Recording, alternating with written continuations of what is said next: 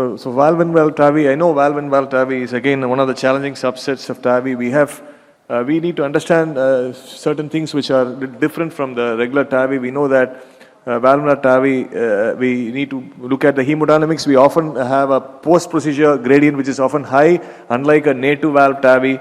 And we need to understand the size of the previous valve, and as we discussed earlier, again the PPM, the patient process mismatch is again an important consideration in the valve, and also we need to give importance to valve fracturing when to get a better hemodynamics post-procedure.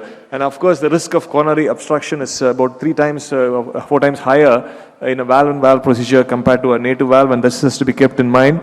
And the risk of stroke and possibly the antithrombotic regimen has been more stronger in patients with the valve-in-valve. So it's important first to know the various types of bioprosthetic valves which are available. And this is again important to also know about the fluoroscopic appearance of each valve, which is again important before we do a valve-in-valve TAVI. And also one should, first step is to, you should read the surgical notes, understand what type of valve was done, the size of the valve, as well as size the valve correctly. There are several ways to understand what size was earlier put by the surgeon. The second, to look at the valve-in-valve app. We have Vinny's app which is available, so we can look at the valve-in-valve app which can tell us which valve type can be used for a particular size, which is very, very useful app and available to all. And then CT scan, of course, is very useful. Again, doing a CT, we will be able to know the true ID of the valve. Again, that's again important because there may be a reduction due to a pannus or a leaflet growth. Again, this is again important to know the mechanism, whether it's a regurgitation or a stenosis. And the next important step is to make sure when we position the valve, it's again, we have to understand that it has to be in relation to the sewing ring, which we have to know. And as I mentioned, the risk of coronary obstruction is high, and again, you have to understand analyze the CT, whether the patient has got what is the distance between the valve and the coronary, the valve then you have to also see the type of the valve. There are certain types of valve which have higher risk for coronary obstruction. Which are externally mounted leaflets like the MitraFlow and the Trifecta, which are very notorious valves for coronary obstruction. So it's important to understand and calculate the VTC, so virtual transcatheter heart valve to coronary distance, and to predict the risk of coronary protection. In those cases, we need to keep the guide and the stent for protection. And in some cases, even basilica is done in high-risk situations. So the risk factors for coronary obstruction, I think I mentioned this, anatomically it can be related to the small sinuses, or it can be to related to the bioprosthetic valve and what type of valve, whether it's externally mounted leaflets and the bulky leaflets, the presence of, other thing is the transcatheter factors, and whether the implantation depth is again important. When you do a high implantation, the risk is higher. So the VTC distance, I think, should measure the CT scan, and it should be ideally more than 3 millimeters. Less than 3 millimeters considered high risk. So next important thing is the valve fracture, the bioprosthetic valve fracture. So when do you do it and how do you do it? Either do it before or after, and how do you position the balloon? Again, these are all very important technical factors when you do a valve-in-valve.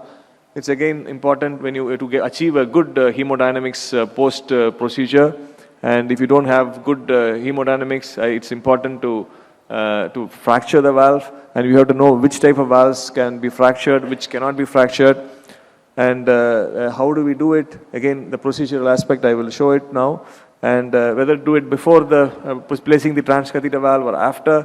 Again, there are pros and cons. If you do it before, maybe you can get a better sizing, you can get a bigger size valve, but the risk of regurgitation may be very high, and there may be a risk of hemodynamics, poor hemodynamics. So it's important to consider case-to-case basis. Again, post placement of transcatheter heart valve is what we most commonly do, and there the risk is the concern of damaging the new leaflets when you post-dilate. So that is again a concern when we go high pressure dilatation. The damage to the transcatheter valve leaflets is a concern. But it is more safer, and that's what we do most often. Again, the technique, again, how do we know that we have fractured the valve? We can look at the waste. We can look at the waste disappearing. We can also see the indiflator, the pressure dropping down. And then we can also see the gradient coming down. So this has been, we can connect the syringe with the indiflator, which can help us to, adequately achieve the pressure to fracture the valve. So as you can see here, we can first inflate with the syringe, and then once it's fully inflated, then you can open up the additional deflator and give more volume, which can result in the fracturing the valve. Very often use a true balloon or a Atlas gold balloon, which we often use. So moving on to the next, the risk of thrombosis after Van-Mill valve. Again, in this study they've shown incidence of valve thrombosis on antiplatelet regimen was about 11%. This is a vivid registry. So we need to have a low threshold to anticoagulate patients post Van-Mill valve. So there are new surgical bioprocess now available, which are suitable for future TAVI, and such patients have we can expand the valve better so that we can get suitable for future TAVI.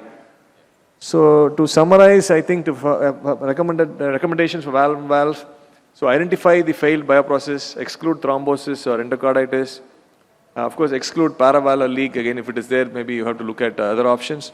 And assess risk factors for coronary obstruction. And identify the fluoroscopic targets for implantation.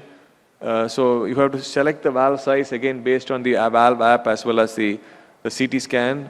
And again, consider, if possible, consider a supraannular design. Again, it's to achieve a better hemodynamics. So whatever valve you use, make sure to achieve a good gradient post-procedure.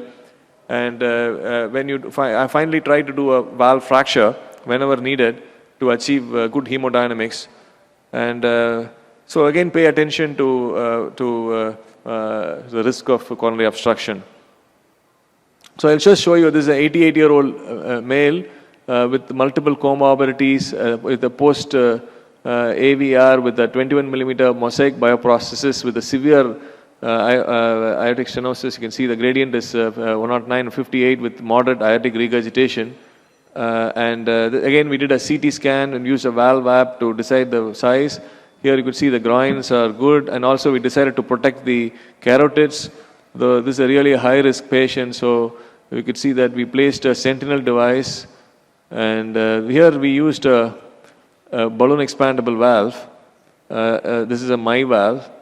Again, you could see that post-deployment, we had a gradient of about 18 millimeters of mercury, so we used an Atlas gold balloon, and you can see the valve, you can see the waist, you can see it as a valve, the balloon is expanded. This is during the fracture with the Atlas gold balloon at high pressures. You can see the end of the inflation, the waist of the balloon is completely disappeared. And this is the final, and the gradient significantly reduced to 8 millimeters of mercury. So again, the sentinel device was removed and some of the debris which is collected. Again, so we had a good result with this. So it's important to achieve, whether you use a balloon expandable or self-expanding valve, it's important to achieve a good final result with good hemodynamics. So to conclude, valve-in-valve TAVI is a highly effective treatment option for degenerating bioprocesses. A number of procedures set to rise in the coming years with more and more patients with surgical valves now coming back. So give importance to hemodynamics, know the technique of the valve fracture, and of course identify the patients who are at high risk for coronary obstruction, and also embrace new technologies and approaches. Thank you.